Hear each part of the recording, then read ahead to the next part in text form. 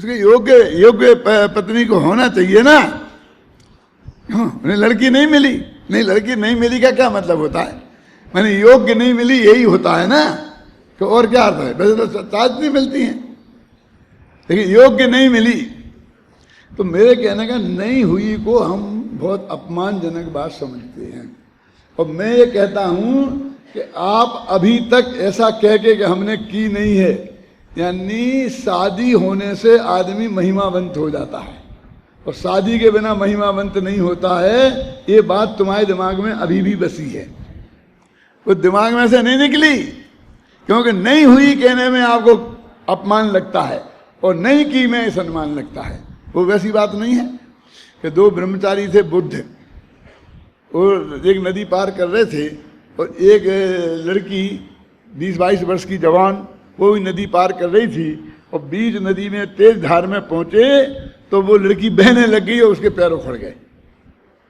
तो बहुत घबराई, वो चिल्लाई तो उनमें से एक ब्रह्मचारी ने उसको उठाकर अपने कंधे पे बैठा लिया, कंधे पे बैठा करके, और दोनों ब्रह्मचारी पार हो गए। अब उसने कंधे पे बैठाया और दूसरा ब्रह्मचारी ने गालियां देना शुरू करी, अरे तूने ऐसा कर लिया, तो महिला को छू लिया, कंधे पे बैठा लिया, ऐसा कर लिया, मैं जाके गुरुजी से शिकायत करूंगा। ऐसा कहते कहते रास्ते भर, और वहां से जब वो निकल के उसने किनारे पहुंच गया, उसे उतार दिया और फिर वो अपने दोनों चले गए। वो कन्या अपनी जहाँ जानी थी चली गई। फिर जाके गुरुजी से कहा, गुरुजी ने ऐसा किया, ऐसा किया, ऐसा किया, बहुत गुस्से में। तो शांत भी हो गया, क्या हुआ? बोले बेटा क्या हुआ? तो उसने बताया कि ऐसा ऐसा था, हम भी पार कर रहे थे और वो लड़की पार कर रही थी, एकदम तेज धार में आए तो उसके पैर उखड़ गए, तो मैंने चिल्लाने लग गई, तो मैंने उसे कंधे पे बैठा करके पार कर दिया, वो पार करके आ गए हम। तो गुरुजी बोले उस दूसरे से कि इनके कंधे पे तो जब बैठी थी तब बैठी थी, तेरे कंधे पे अभी भी बैठी है।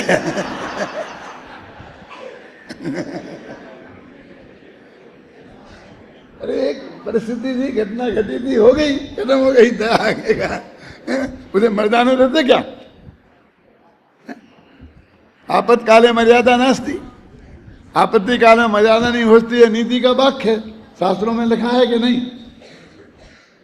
अरे जब बाढ़ आती है तो सांप और न्योला एक डाल पे बैठते हैं, समझ गए ना? हमें जब जान बचाने की पड़ती है तो वृक्ष पे चढ़ जाते हैं। अब नीचे भयंकर जल आ रहा है तो कोई नहीं देखता कि ये न्योला है, में सांप है खाने, कोई भूल जाते सब। तो इसलिए भाई ये जो अंतर है, जो प्रश्न हमारे चित्त में खड़ा होता है, वो इसलिए खड़ा होता है क्योंकि वो पाप की हमें कल्पना नहीं है। कौन से? जो हमारे मनों में है और हमारे जीवन में आज तक नहीं आया। ख्याल में है ना? तो यदि हम ये बात समझ लें तो हमारा प्रश्न का उत्तर बहुत सरल हो जाता है। अब अपन गाथा के हिसाब से वो बात करते हैं। देखो ये भाई एक बुक पढ़ रहा था ना, राजकुमार, अंधे जगत के प्राणियों, है? ऐसा नहीं है कि दादा ने लिखा, दादा मैंने नहीं लिखा है, वो आचार्य ने लिखा है। उसमें है, वो मूल कलश में है, और टीका में तो बहुत ही ज्यादा है, पंच अधि ऐसा ऐसा लिखा है वाक्य। मुझे पढ़ के देखो, बताओ, ये बना के बताने, मुझे क्यों बदनाम करता? कहाँ गया वो? हैं? पढ़ के बताया था। हाँ, उसमें बराबर छंद में लिखा है, मूल में वो पूरे के पूरे शब्द है। बस बात यह है कि मैंने बिल्कुल उसी को उसी भाषा में और उसे हिंदी में पद्यानुवाद कर दिया है, और कुछ नहीं किया है बिल्कुल भी। उसमें नमक मिर्च भी मेरा नहीं है। संस्कृत में और ज्यादा कठोर होगा। बस कैसा जही जही है, हे दुरात्मन, ऐसा लिखा है, हे दुरात्मन। दुरात्मन है दूर है आत्मा जिनके, नहीं खोटा है आत्मा जिनका, हे दुष्ट, ऐसा ऐसा बहुत लिखा है उसमें टीका में, और उसमें लिखा फिर कलश में, फिर उसमें आया है ना? हाँ, तो अपनी ये बात चल रही है, ये गाथाएं भी कुछ ऐसी हैं। जरा इस देखो, एक बात इसमें लिखी है, उदाहरण दिया है ना बाल वनिता का, है ना? एक दफे मैं छंद पढ़ लेता हूँ हिंदी का, तुम्हें ख्याल में आ जाए सबको। सदृष्टियों के पूर्वबद्ध जो कर्म प्रत्यय सत्व में, उपयोग के अनुसार बेही कर्म का बंधन करें। अनुभोग्य हो उपभोग्य हो वे सभी प्रत्यय जिस तरह, ज्ञान आवरणादि बस विधि कर्म बांधे उस तरह। बाल बनता की तरह वे सत्व में अनुभोग्य हैं,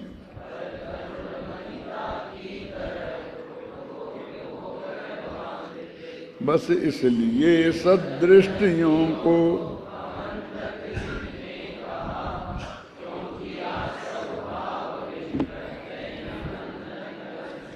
अब इसमें बाल वनिता का उदाहरण दिया है, बाल का वधू, अरे ना, यानी कुंद कुंद की गाथा है जी। यानी कुंद कुंद के जमाने में भी बाल विवाह होते थे। इतिहास वाले यदि ये निकालेंगे कि उस वक्त की सामाजिक परिस्थिति क्या थी, तो ऐसे ही निकाले जाते हैं। जैसे टोडरमल जी ने मोक्ष महाप्रकाशक में जो लिखा, तो उस वक्त धार्मिक परिस्थिति कैसी थी, सामाजिक परिस्थिति कैसी थी, तो वो उसमें से निकालते हैं हम। मिलेच्छ उपद्रव करें तो ऐसा करें, तो ऐसे वो उपद्रव मिलेच्छ लोग करते थे, उस वक्त संकट पड़ता था जैनियों पर, हैं। और कोई हमसे लड़े तो लड़े, हम तो बासु लड़े ना ही, लेकिन हम अपने तत्व की बात तो छोड़ेंगे नहीं। इसका मतलब कोई लोग उनसे आकर लड़ते थे और उनसे तत्व की बात छोड़ने के लिए कहते थे, और तब तो उन्होंने वो बात उदाहरण के रूप में लिखी कि नहीं लिखी। मेरे कहने का मतलब तात्कालिक कैसी सामाजिक परिस्थिति थी, कैसी राजनीतिक परिस्थिति थी, इसका वो निर्णय उससे किया जाता है। ऐसे ही निकालते हैं, नियम है। हमने जब जो रिसर्च की थी टोडरमल जी के बारे में, तो उसमें पहले अध्याय में है तत्कालीन राजनीतिक परिस्थिति, तत्कालीन सामाजिक परिस्थिति, तत्कालीन धार्मिक परिस्थिति, ये सब हेडिंग दिए हैं। और वो उसी में से टोडरमल जी के आधार पर निकाले हैं कि ऐसी परिस्थितियाँ उस वक्त थी। तो उस वक्त भी बाल विवाह होती थी। अब इसमें लोग कहते देखो कौन कहे बाल विवाह अच्छी चीज़ है, बुरी चीज़ नहीं है, वो आज की बात थोड़ी है, 2000 वर्ष पुरानी है। वो कुंद कुंद ने समय सार में लिखा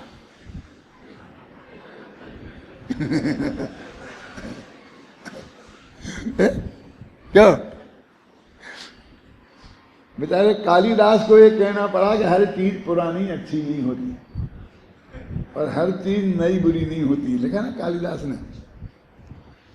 मालविकाग्निमित्र उनका एक नाटक है, क्या नाम है उसका? मालविकाग्निमित्र। मालविका नायिका और अग्निमित्र नायक। राजा का नाम अग्निमित्र और राजकुमारी का नाम मालविका। तो मालविकाग्निमित्र एक करके उन्होंने लिखा। तो उसमें लिखा पुराण मित्ते न साधु सर्वम, सब चीज़ें पुरानी अच्छी नहीं होती हैं और सब चीज़ें नई खराब नहीं होती हैं। बुद्धिमान लोग तो नए पुराने के आधार पर निर्णय नहीं करते हैं, बल्कि वस्तु की परीक्षा करके उसे गुण दोषों के आधार पर निर्णय करते हैं कि कौन अच्छी है और कौन बुरी है।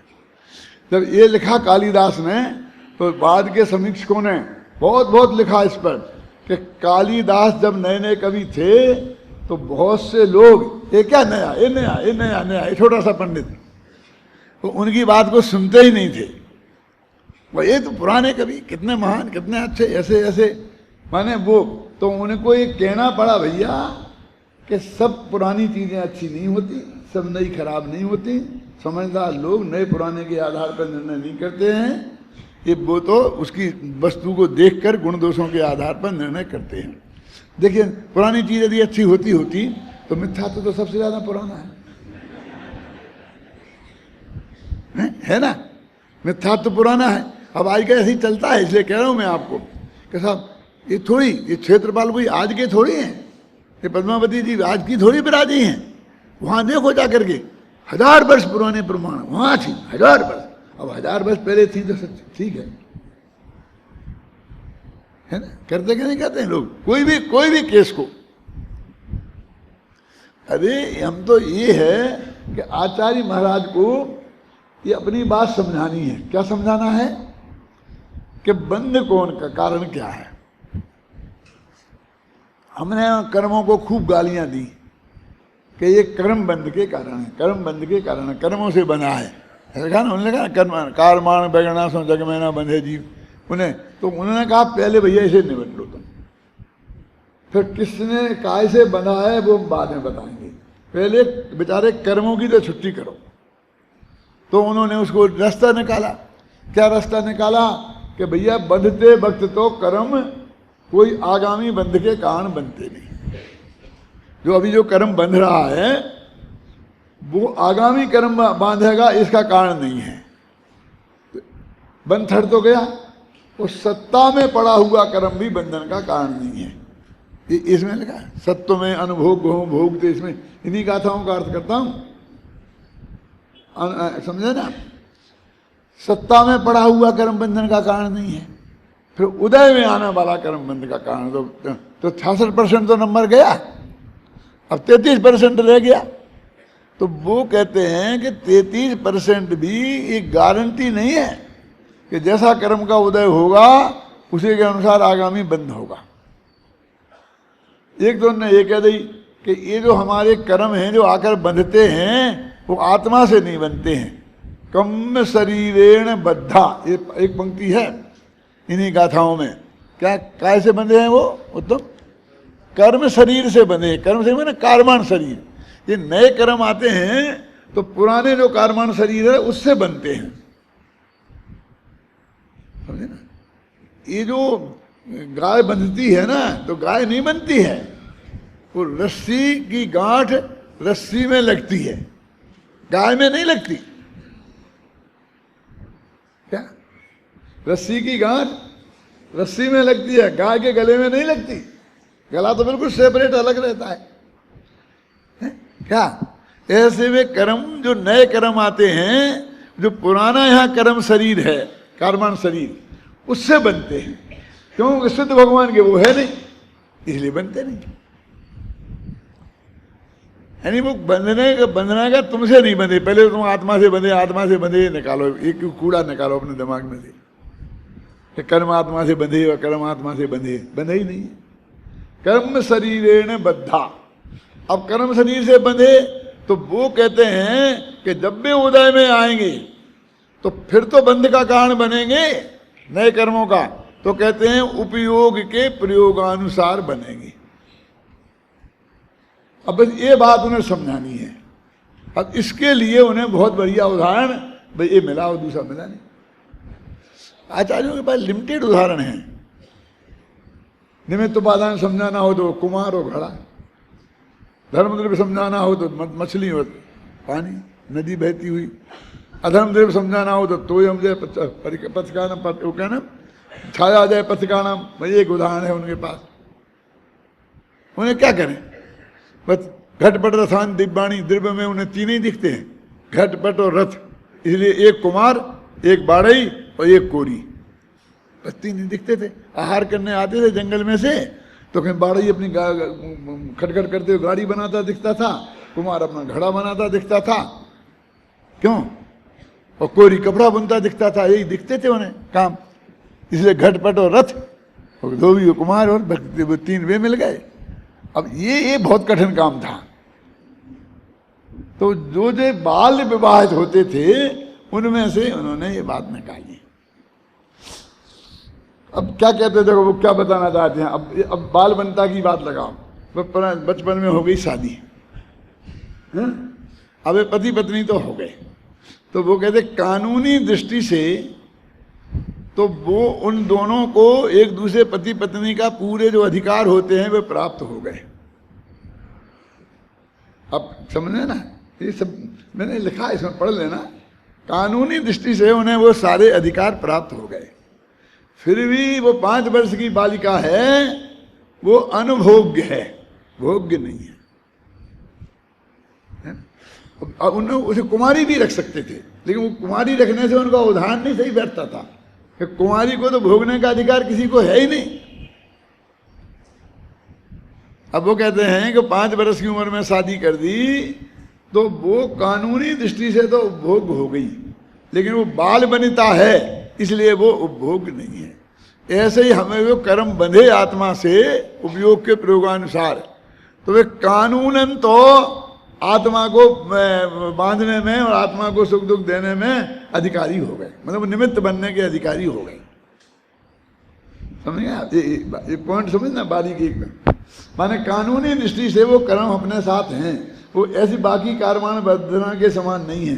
वो तुम्हारे पास जो कर्म बंधे उन जैसे नहीं है, वो हमसे बंधे हैं, बंध रहे हैं, बंधे हैं और सत्ता में हैं।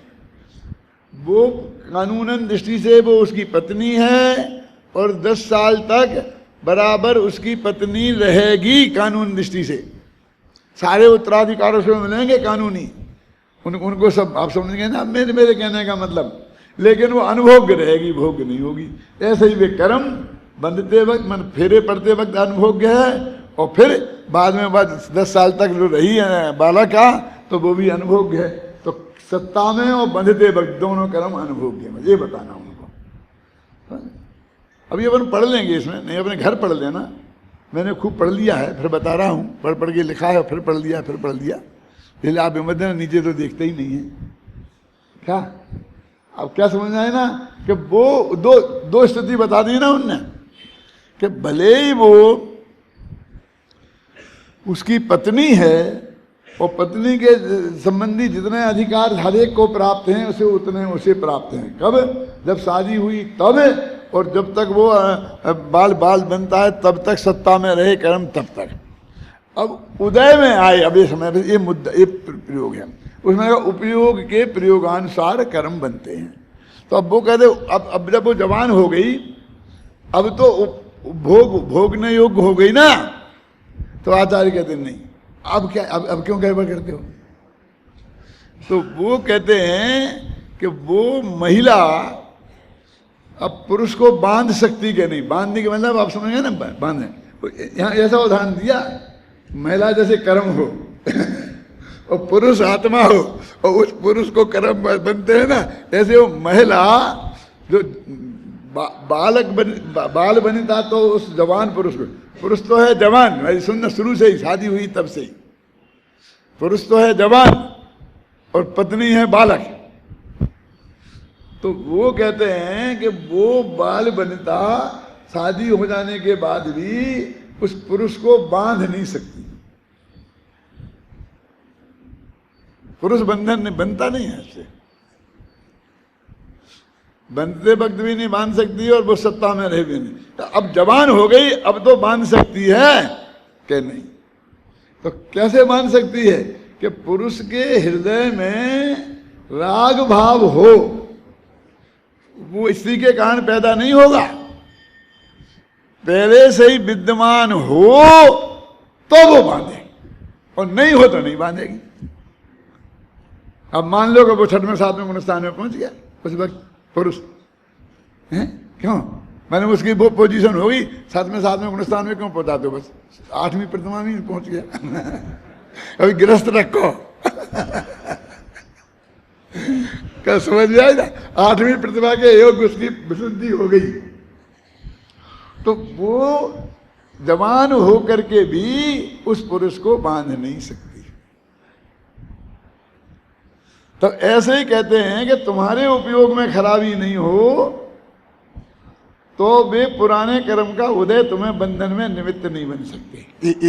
इतनी सी बात उन्हें समझा, इसलिए बाल बनता को लाए।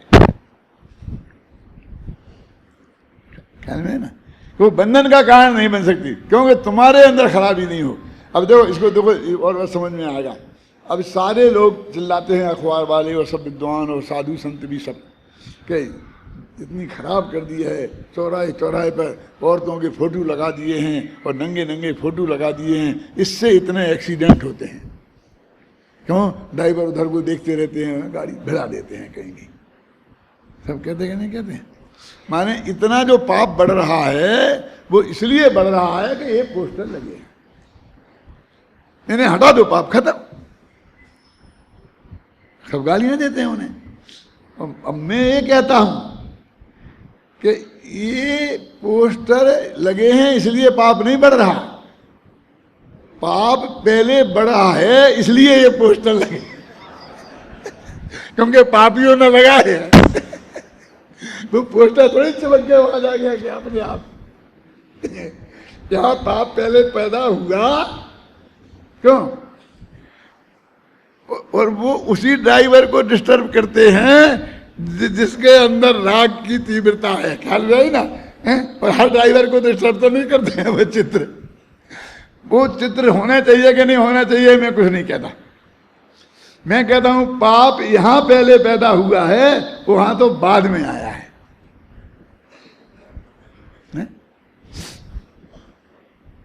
ये सिनेमा से सब बिगड़ गए। मैं कहता हूं पहले सब बिगड़ गए पर सिनेमा ऐसे बने वो यही तो कहते हैं वो लोग कि साहब जनता जैसा पसंद करती है हम तो वैसा बनाते हैं। हम तो मार्केट में हर दुनिया हर व्यापारी का नियम है कि जो माल बिकाऊ माल हो वो माल बेचते हैं। कहते कि नहीं कहते? हम बिकाऊ माल बेचते हैं। तुम नहीं करते ऐसा? तुम अपने कारखाने में ऐसा माल बनाते हो जो बिके नहीं है?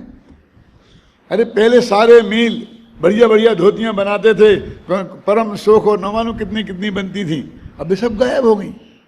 परम सुख ही गायब है बाजार से, कुछ दिनों मोक्ष में से भी गायब हो जाएगा। क्यों? कोई पहनता ही नहीं है। मुझे एक भाई मिले थे, कहा मैंने नाम भूल गया हूँ, कहाँ थे, तो बोले थे पंडित जी अब परम सुख नहीं मिलती बाजार में, अब फलानी निकली है। अब नाम भी याद आ गया, बता दूं? वो आए थे ना रावगढ़ में, पंचकल्याणक है ना, तो उसके जो प्रेसिडेंट हैं वो आए थे मेरे पास हैं, तो वो मेरे से कह रहे थे पंडित जी परम सुख गई, अब वो अब नहीं मिलती है, अब फलानी मिलती है, और उसको नाम भूल गया मैं। तो मैंने क्या कि वो मिलती है, अब वो पहनना। मैंने कहा भाई कल वो भी गायब हो जाएगी, और जब सब गायब हो जाएंगे और जिंदा रहे तो इन बच्चों को उतारन के पैंट पहनने पड़ेंगे। हैं? हैं? क्या करें? खरीदने वाले ही नहीं होंगे। तो बाजार में, मतलब वो बाजार में आई, वो क्यों आई? वो सिनेमा में वो गंदगी क्यों आई? क्योंकि हम सब देखने वाले गंदे गंदे, पहले उनके मन गंदे हो गए, उसके परिणाम में वो आई है। तो वो ये कहते हैं कि वो तरुण बनता कितनी भी सुंदर हो, कितनी भी आकर्षक हो, कितनी भी मिठबोली हो, कितनी भी सेवाभावी हो, लेकिन वो पुरुष को बांध नहीं सकती यदि उसके अंदर राग नहीं हुआ तो। तत्संबंधी उसके लिए मैंने उस उदाहरण को वो 8वीं प्रतिमा का वाला बनाया, क्योंकि गृहस्थ भी रखना है और वो ब्रह्मचर्य की लायक शुद्धि उसकी, स्वपत्नी को भी त्यागने की लायक शुद्धि उसकी आ गई। ऐसे 5 पापों पर लगाना। अब बस इतने ये जो बारीक मुद्दा है, बस ये आचार्य यहाँ इतनी कहना चाहते हैं। बस वो ये कहना चाहते हैं जो मैं ये कह रहा हूँ कि भैया वो तो तुम्हारे अंदर वो राग था, तो उस तरुण स्त्री ने तुम्हें बांधा, और दुनिया में कहा जाता है उसने बांध लिया। कौन कहता है? ये सब माँ बाप कहते हैं। क्या करें? अब जब से इसने अपनी पत्नी का मुख देखा, बस तब से हमें तो भूल ही गया है। अब तो उसके कहने में ही रहता है। क्यों? और बाबू भाई के शब्द में बोलूं, बेटा बाईडी नो थई गयो। क्यों? यही था ना छाबड़ा जी? बेटा मन मेरा बेटा उसकी पत्नी का हो गया। कि पत्नी का हो गया? बेटा तो तुम्हारा ही है। बेटा पत्नी का कैसे हो सकता है? बेटा तो हमें सब माँ का ही होता है। कि अब वो मेरी बात नहीं सुनता, अब वो पत्नी की बात सुनता है। बोलते कि नहीं बोलते उसे? तो वो क्यों? वो पत्नी का कैसे हो गया? उसके अंदर वो जो राग भाव है उसने उसे बांधा है। किससे? कर्मों से नहीं, पत्नी से। कि जो अपने पूज्य पुरुषों की, माँ की, बाप की, इनकी, गुरुओं की, सबकी छोड़ अवहेलना करके, और वो उसकी वो सुनता है। सब कहते हैं चलो भाई मंदिर में चलो, प्रवचन हो रहे हैं, पंडित जी के सुनो, बहुत अच्छा प्रवचन होता है, ये मनुष्य मुफ्त में ही चला जाएगा, ऐसा संसार में है, भाई अंधी जगत की प्राणी हो, हैं, जागो जागो जागो। वो नहीं सुनती है, वो सब सिनेमा हाथ में हाथ डाल के चले जाए। क्यों नहीं सुनते ना? कि साहब वो आए क्यों नहीं? आपके बच्चे क्यों नहीं आते हैं? अरे साहब हमने तो बहुत कही, लेकिन वे आते ही नहीं हैं, तो हम क्या करें? क्यों क्यों सुरेश जी, सारे देश की ये परेशानी है कि नहीं है? हैं? सबका। तो माने वे जानते हैं हमारे बुजुर्ग हैं, हमारे माँ बाप हैं, हमारा हित चाहते हैं, हमारे हित के लिए कहते हैं, ये उनमें कोई कम है? मैं नाम नहीं बताता हूं, लेकिन मैंने कई लोगों से एक बहुत कठोर शब्दों में बात करी है, बहुत नजदीक के लोगों से, नाम नहीं बताता हूं। कुछ मर गए, कुछ जिंदा हैं, कि साहब हम तो बहुत समझाते हैं, मानते ही नहीं हैं, लेकिन सुनते ही नहीं हैं, ऐसे क्या करें क्या करें। मैंने कहा सच्ची सच्ची बोलते हो, आपने बहुत समझाया है। किस कीमत पर समझाया? क्योंकि तुम मुफ्त में थोड़ी ये बात मनवा रहे। पापों की गठरी बांध के तुमने अपने माथे पर रखी है, साथ में ले जाओगे बेटा, तो सारी कमाई उसको छोड़ के जाने वाले हो। क्यों इतना सब कुछ दोगे, उसके बदले में तुम इतनी सी बात कह रहे हैं कि बेटा मंदिर में चलो और प्रवचन सुनो। क्या मांग क्या रहे हो? बोलो सुरेश जी, हैं? तो दिया कितना है इस भाव भी? अब वो नहीं सुनता है। एक दफा कह दोगे, अरे तूने यदि प्रवचन नहीं गया और तूने रोजीना प्रवचन नहीं सुना तो ये सारी संपत्ति मैं टोडर में लिखवा रहा हूं।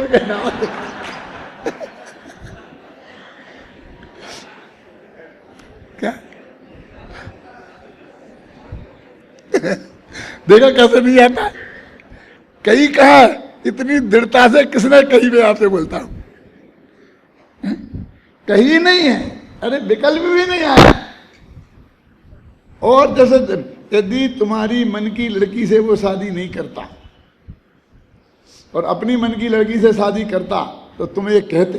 अरे कहते नहीं, करके बता देते, अखबारों में निकाल देते, हट जा मेरे ये वो, पागल हो जाते।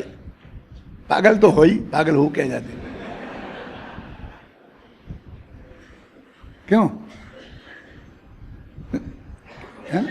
वो उस चीज को जितनी दृढ़ता से आपने रोका, ऐसा मांस मदिरा को रोका, ऐसा आलू जमीकंद को रोका।